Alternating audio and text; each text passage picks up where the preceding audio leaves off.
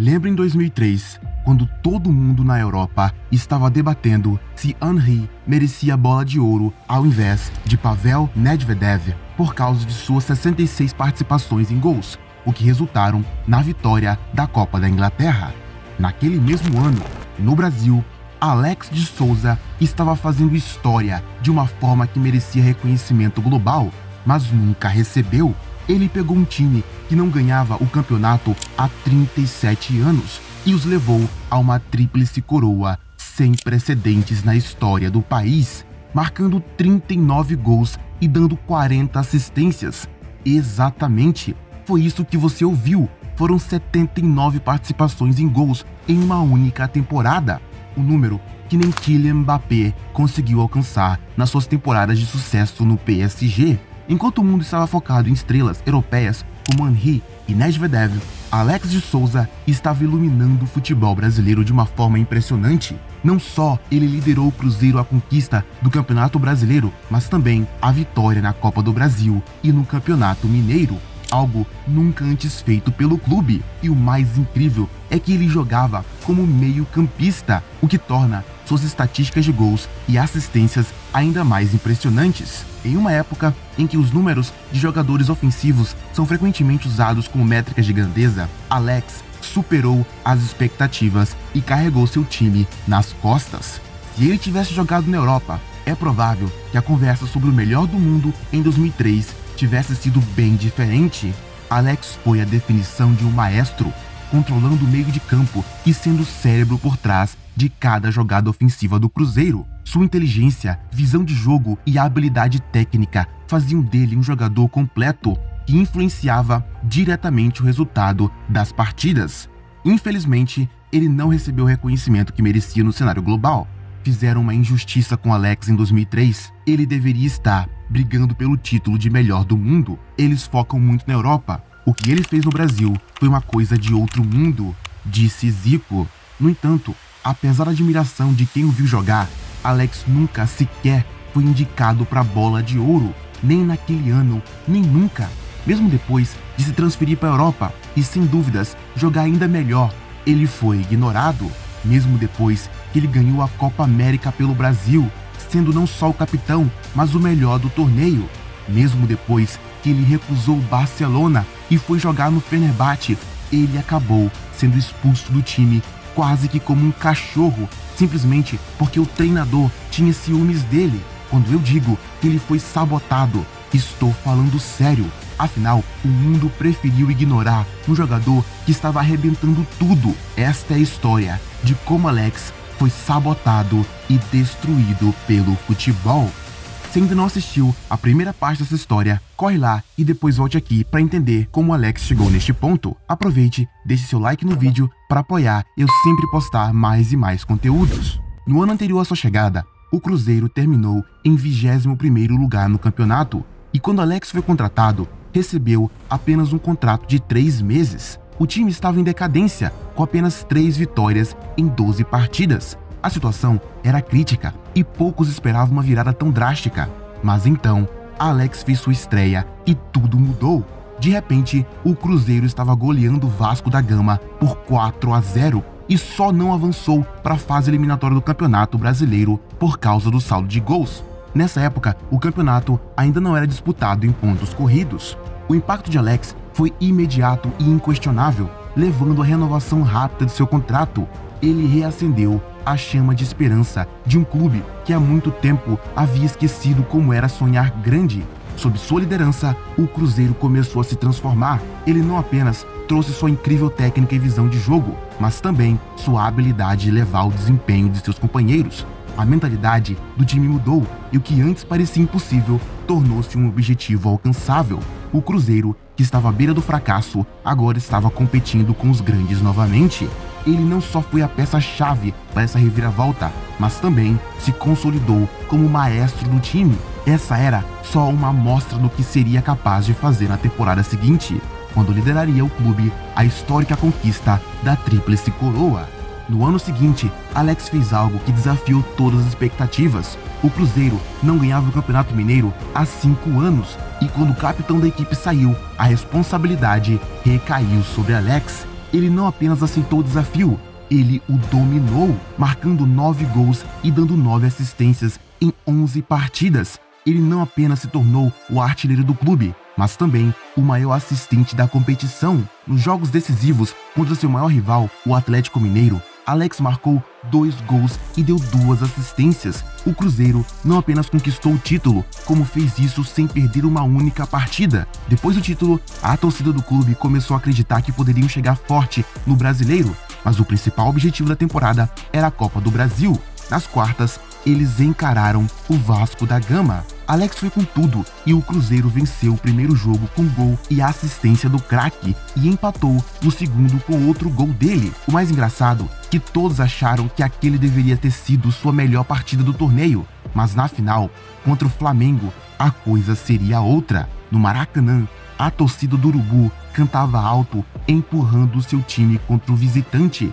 Mas no segundo tempo, Alex fez um gol que calou o estádio, um gol de calcanhar que fez o Maraca ficar em silêncio, porque aquele era o Alex, jogador que deixava todos sem o que dizer. No segundo jogo no Mineirão, ele deu assistência para os 3 gols do Cruzeiro, dando assim o título da Copa do Brasil para a Raposa. O time, que vinha sem forças nas últimas temporadas, naquela já possuía 2 títulos, tudo graças a Alex. Ele era incrível.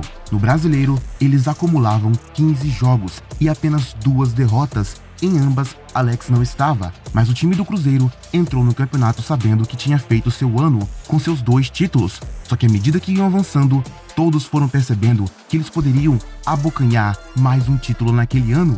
E foi exatamente isso que fizeram. Alex marcou 23 gols e deu 15 assistências. Como diria um jornal na época, ele estava cabeça e ombros acima do resto. Como um mestre de xadrez que conseguia ver o que aconteceria 5 movimentos à frente. Ele era tão bom que o Cruzeiro destruiu todos os recordes à vista. Mas no último jogo do Cruzeiro no ano, Alex precisava marcar 5 gols para igualar o recorde de Ronaldo Fenômeno de maior número de gols em uma única temporada pelo Cruzeiro. Coincidentemente, Ronaldo era o único jogador na história do clube a ter feito 5 gols em uma única partida. E isso aconteceu contra o Bahia, o mesmo time que Alex estava prestes a enfrentar. E o que Alex fez? Ele marcou 5 gols, igualando o recorde de Ronaldo e consolidando-se seu lugar na história. Como Alex disse em uma entrevista coletiva, quando o time entrou em campo, eu já sabia que íamos vencer. Aquilo tudo que ele estava fazendo era coisa de outro mundo, e o mais engraçado era que ninguém reconhecia isso. No ano anterior, Felipão tinha deixado de convocar Alex para a Copa do Mundo de 2002. Ele tinha perdido seu filho, que nem tinha nascido, e agora lá estava ele, acabando com todo mundo. Como diria um comentarista naquele ano, não estou exagerando quando digo que Alex é o melhor do mundo. Não só deveria estar jogando pela seleção, como deveria ser Alex e mais 10. Ele deveria ser o primeiro nome da lista. O então técnico da seleção, Carlos Alberto Parreira, até o chamaria para a Copa das Confederações. Ainda assim, depois disso, disse: eu tenho o melhor lateral esquerdo do mundo, Kleberson, Ricardinho e Gilberto, e se eu vou convocá-los para jogar, não faz sentido escalar Alex também. Anos depois, Alex revelou que pensou após a conquista da Tríplice Coroa com a Raposa a seguinte coisa: se eu não vou jogar na seleção depois de tudo que eu fiz aqui, então nunca vou ter chance de jogar. O que você acha que aconteceu? Parreira deixou Alex no banco e deu poucas oportunidades para ele jogar. E assim, o Brasil foi eliminado da Copa das Confederações. Quando estava de volta ao Cruzeiro, renegociou o contrato e a partir dali começou a ganhar 10 vezes mais. Na realidade, quando Alex chegou na Raposa em 2002, ninguém acreditava nele depois dos escândalos envolvendo o Parma. Por isso, seu contrato foi muito pequeno. A renovação em 2003 também não tinha sido muito boa para ele, mas depois que ele deu 3 títulos para o time, eles precisavam o recompensar. Por isso, seu contrato teve um aumento tão expressivo. Afinal, a qualquer momento, um clube europeu poderia tirar Alex da Raposa. Nos próximos 6 meses seguintes, eles venceram o Campeonato Mineiro de novo, mas foram eliminados da Libertadores. Depois disso, o Barcelona apareceu e tentou sua contratação, assim como o Fenerbahçe. Alex sabia que se aceitasse o convite do clube turco, ganharia mais dinheiro. porém, seria esquecido pela seleção e do grande público também. Só que ele passou a seguinte coisa em sua cabeça: eu estou jogando em um dos maiores clubes do Brasil e do mundo. Em 121 jogos, fiz 125 gols, conquistei 3 títulos em uma única temporada. E mesmo assim, nem a seleção olha pra mim. O que estava passando na cabeça de Alex era simples: eles não vão me olhar, não importa o que eu faça. As negociações com o Barcelona se complicaram e o craque decidiu ir para o Fenerbahçe. Antes de ir, tinha a Copa América pela frente. Alex foi convocado e fez história. Conseguiu fazer 1 gol e 6 assistências, quebrando o recorde de assistências do torneio, que foi vencido pelo Brasil. Alex voltou sua atenção para a Turquia com um objetivo claro: liderar o Fenerbahçe a mais 2 títulos consecutivos da liga, algo que o clube não conquistava há 30 anos, e ele cumpriu a promessa. Alex jogou cerca de 2.700 minutos, marcou 24 gols e deu 16 assistências, com uma participação de gol a cada 67 minutos em média. O Fenerbahçe sagrou-se campeão e Alex foi eleito o jogador do ano. Ele estava até cotado para integrar a seleção brasileira na Copa das Confederações, mas uma lesão o afastou da competição. Na temporada seguinte, a história foi diferente. Em vez de marcar 24 gols, Alex deu 24 assistências e, ao invés de 16 assistências, ele balançou as redes 16 vezes. No entanto, apesar do seu desempenho brilhante, o Fenerbahçe perdeu o título para o Galatasaray na última partida da temporada, o que provocou tumultos e uma situação em que Alex foi cercado pelos torcedores. Mas na Champions, ele foi ainda melhor.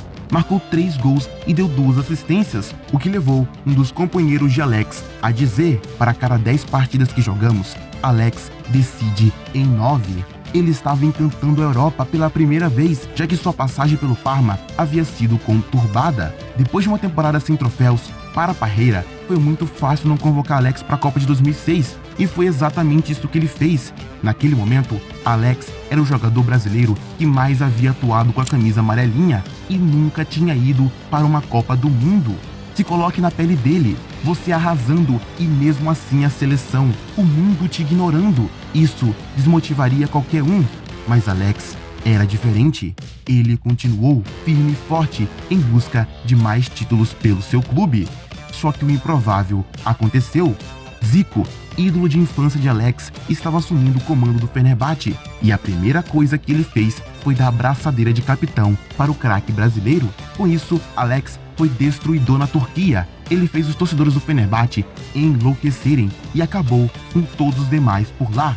O cara foi simplesmente demolidor. O clube venceu o campeonato turco e não só, Alex foi eleito pela 3ª vez o melhor jogador do ano, com mais assistências e mais gols. Porém, eles não foram tão longe assim na Liga dos Campeões. Mesmo assim, aquilo tudo estava fazendo de Alex um ídolo imortal do clube. Na temporada seguinte, o Fenerbahçe foi forte para a Champions. Passaram com 11 pontos na primeira fase, o maior número que um time turco já havia conquistado. Mas nas oitavas, o Sevilha vinha forte contra eles e conseguiram marcar 5 gols na defesa do Fenerbahçe nos 2 jogos. Mas Alex deu 3 assistências, o que fez a disputa por pênaltis ser dramática.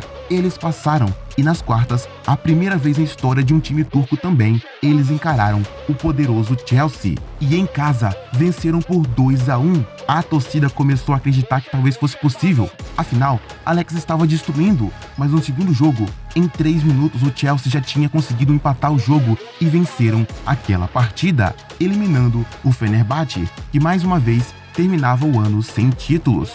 Então, uma revolução aconteceu. Kocaman, o maior artilheiro de todos os tempos do clube na Liga Turca, se tornou o novo diretor de futebol do clube. Só um problema: ele supostamente tinha inveja de Alex. Alguns até teorizaram que era porque ele tinha medo de que Alex quebrasse seu recorde de mais gols na história do clube. Afinal, ele estava perto de bater. O que podemos dizer é que quando ele chegou no time, uma das suas primeiras sugestões foi tirar a braçadeira de capitão de Alex. Por quê? Bem, tudo o que ele disse à diretoria foi que queria se livrar de todos os brasileiros. O que aconteceu a partir dali foi loucura, porque o Fenerbahçe mais uma vez perdeu o título do campeonato, mas o time estava em processo de reformulação, então seria normal aquilo.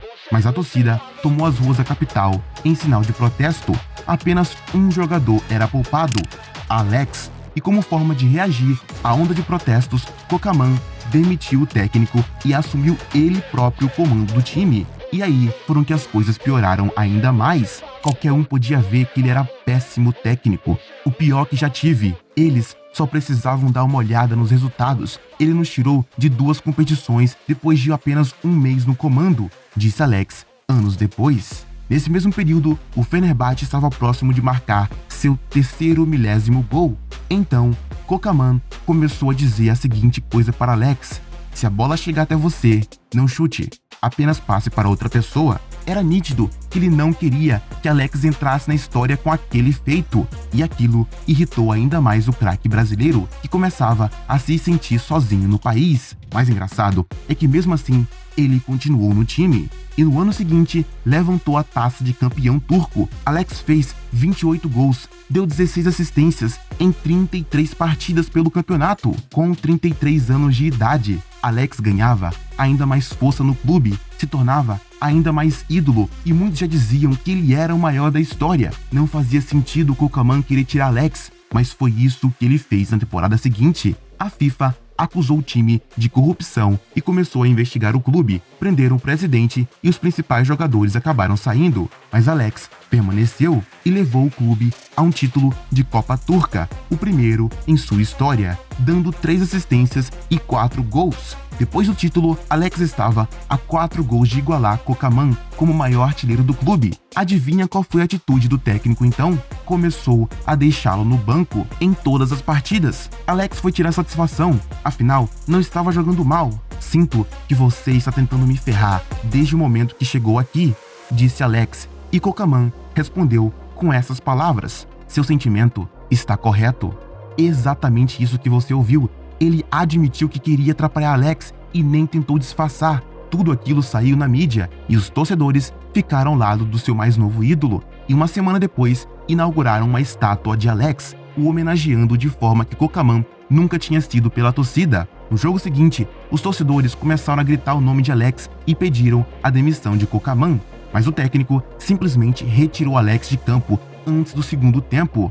Mas o que ele não esperava era a atitude que Alex tomaria. Ao invés de se sentar no banco, ele foi até as arquibancadas e entoou os gritos da torcida ao lado deles. Aquilo deixou o treinador furioso. No dia seguinte, o clube anunciou que Alex estava oficialmente no time reserva, mas mais uma vez, ele tomou uma atitude surpreendente. Foi até o CT de treinamento e rasgou seu contrato com o clube, se demitindo. Os torcedores do Fenerbahçe, Besiktas e Galatasaray foram até a casa de Alex pedindo para ele ficar. Até os rivais queriam Alex na liga, porque eles sabiam que ele era um sinal de bom futebol. Com 185 gols e 162 assistências em 378 partidas, Alex era o 3º maior artilheiro do clube, 4 gols antes de quebrar o recorde de Kocaman. Mas antes que pudesse ir embora, um carro preto apareceu na porta de sua casa. Alex e sua família foram obrigados a entrar. Foram levados até o palácio presidencial.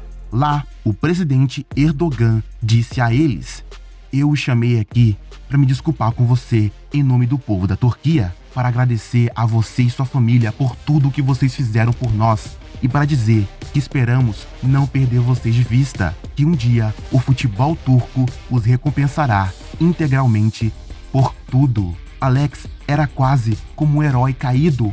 Todos ficaram ao seu lado.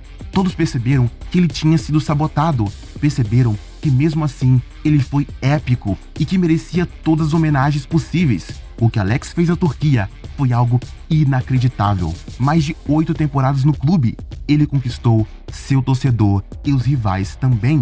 Nem Kocaman conseguiu destruir a imagem do mais novo ídolo do clube, que saía sem bater o recorde antecessor, mas de cabeça erguida e com coração cheio de amor, voltava ao Brasil para também fazer história. Se quiser a parte 2, comente ídolo. Muito obrigado a todos. Vocês são incríveis. Fui!